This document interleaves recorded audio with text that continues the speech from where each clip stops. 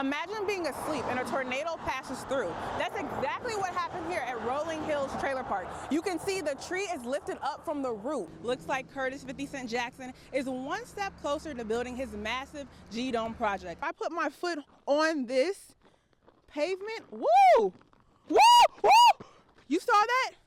Do you see this? This is not safe, and this is exactly why you should stay in the house. Today, I witnessed the kind of Christmas joy every child deserves. For one Bossier City family, it became a reality in a way they never imagined. Take a look behind me. The crew of Harambe is loaded up and ready to hit the streets to spread black love. The crew held their annual MLK Day parade in downtown Shreveport to celebrate Dr. Martin Luther King's legacy with festive floats, marching bands, and music. This year's theme is Black Love. Alcorn State University's band director, Dr. Everson Martin of the Sounds of Dynamite, says he is excited to be back after several years. Hey, look, we're going to bring some excitement.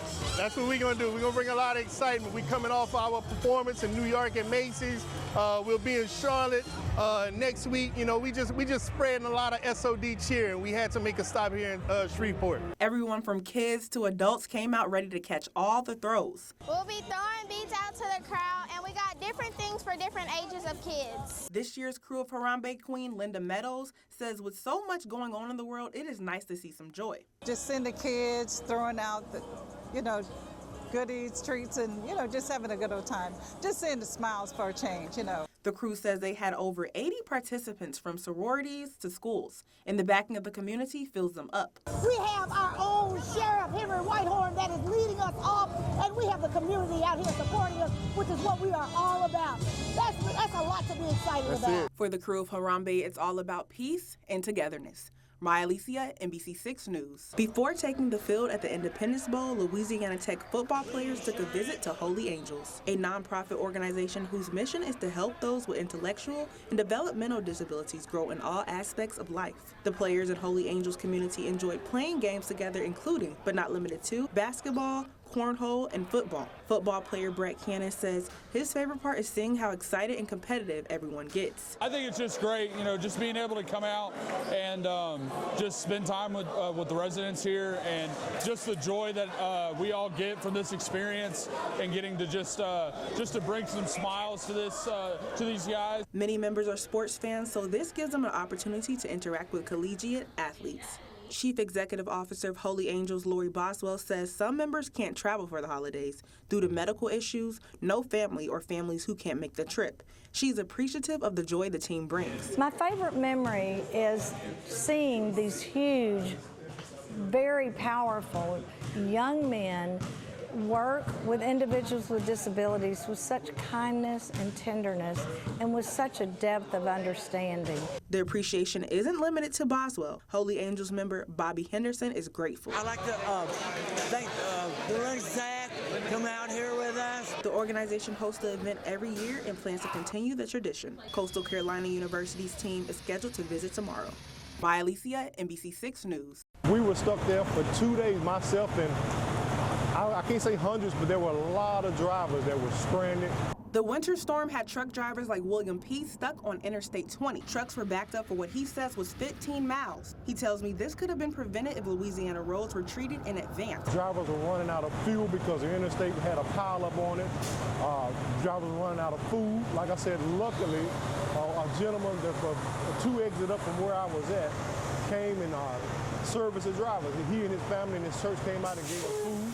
Gave us water. William got stranded at a Shudrant rest area, but other drivers say they made the decision to sit out since Thursday because of the uncertain road conditions. Sometimes I take a hit, monetarily, but like I said, I believe in safety because I want to go home the same way I left. Jonathan Moore says he lost 40 hours, costing him about $4,000. His company stopped running loads, and he's been staying at a hotel waiting for the all clear. Moore expects to be back on the road tomorrow morning. And beyond the dollars lost, it is the scale of the shutdown that has drivers shaken. I've never in my life, in the 20 years I've been driving, ever seen anything like that in roads untreated and that bad. Mya Alysia, NBC6 News. Reputationally, from a business perspective, his investment in Shreveport says an immense amount about his confidence in Shreveport and his confidence in Louisiana. The state of Louisiana is committing $50 million to Curtis 50 Cent Jackson's G-Unit Film and Television with serious guidelines. We are investing in Louisiana infrastructure, right? I am not writing G-Unit or anyone else a check for $50 million to do with as they please. We are investing in the hard cost and the pieces and the infrastructure that's needed for the physical facilities that live on Louisiana soil so that this opportunity can happen. The performance-based agreement requires Jackson to deliver over the next 5 years. He must attract productions with budget ranging from $5 to $25 million and prioritize Louisiana workers starting at 50% in year 1 and ramping up 80% by year 3. Plus, he's required to host at least 26 live events. LED says their sites and infrastructure fund makes this all possible. We believe the bulk of this funding that the state has committed will all be spent in the very, very near future because that's part of the terms of the funding itself. G-Unit has to complete the work first. Only then does the state reimburse for the cost. Now, what happens if the project doesn't pan out? If Jackson walks away in year 1, according to the agreement, he'd have to repay everything. But if he makes it several years and stops, he'd only owe a portion of the money back. Councilwoman Tabitha Taylor says she can't wait to see what the project holds. We are excited about the opportunity that is coming for Shreveport. It has been long awaited, and so with this being done, it just tells you more about the investment that G-Unit Film and Television wants to make in the city of Shreveport. Mya Alysia, NBC6 News.